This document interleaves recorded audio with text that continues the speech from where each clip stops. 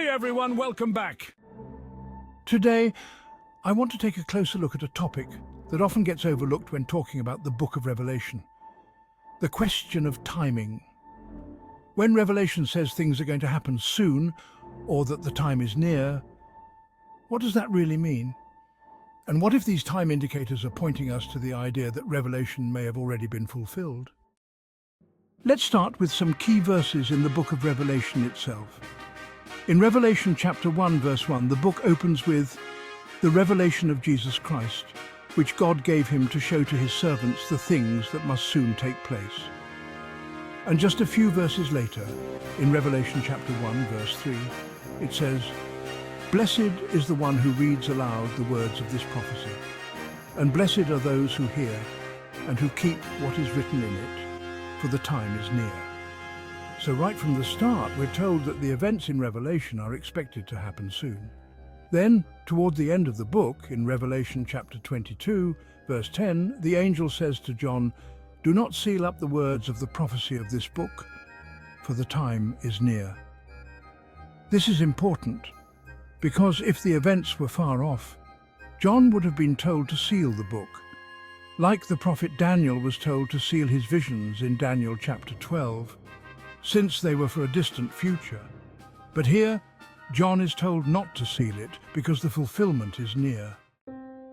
Now let's look at other passages in the New Testament where we see similar language about timing.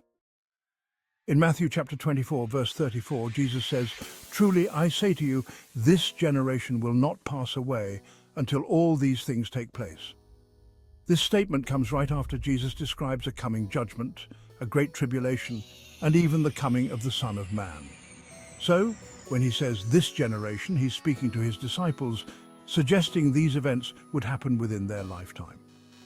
We see the same idea in passages like Matthew 16, verse 28, where Jesus says, "Truly I say to you, there are some standing here who will not taste death until they see the Son of Man coming in his kingdom." This is a clear indication that at least some of the people listening to him would witness the fulfillment of these prophecies. The Apostle James also wrote with this sense of urgency. In James chapter 5, verses 8 to 9, he says, "The coming of the Lord is at hand. Do not grumble against one another, brothers, so that you may not be judged. Behold, the judge is standing at the door." James was telling his readers that judgment was imminent, not something thousands of years away. Peter also writes about the coming judgment in his letters. In 1 Peter chapter 4, verse 7, he says, "The end of all things is at hand, therefore be self-controlled and sober-minded for the sake of your prayers." And in 1 Peter chapter 4, verse 17, he says, "For it is time for judgment to begin at the household of God." Again, this language points to an expectation that something was about to happen soon. Paul also reflects this urgency.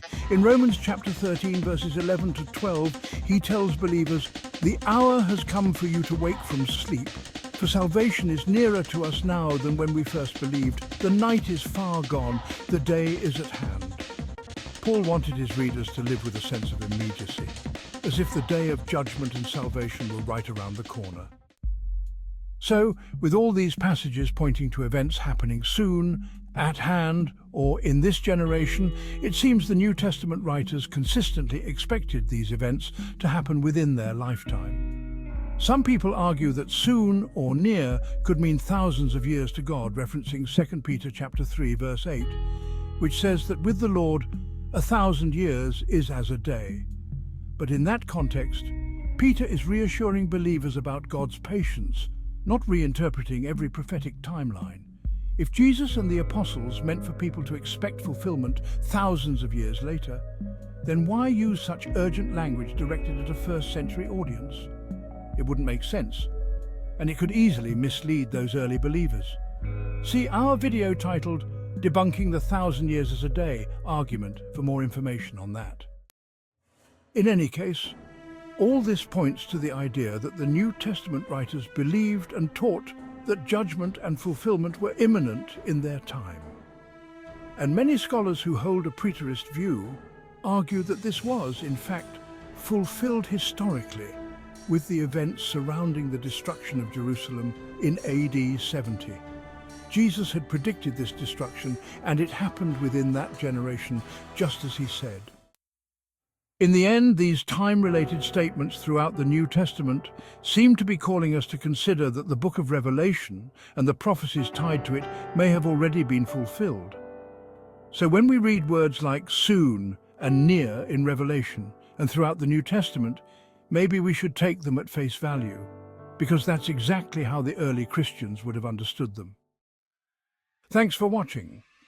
If you found this interesting, please like, subscribe, and share your thoughts in the comments below.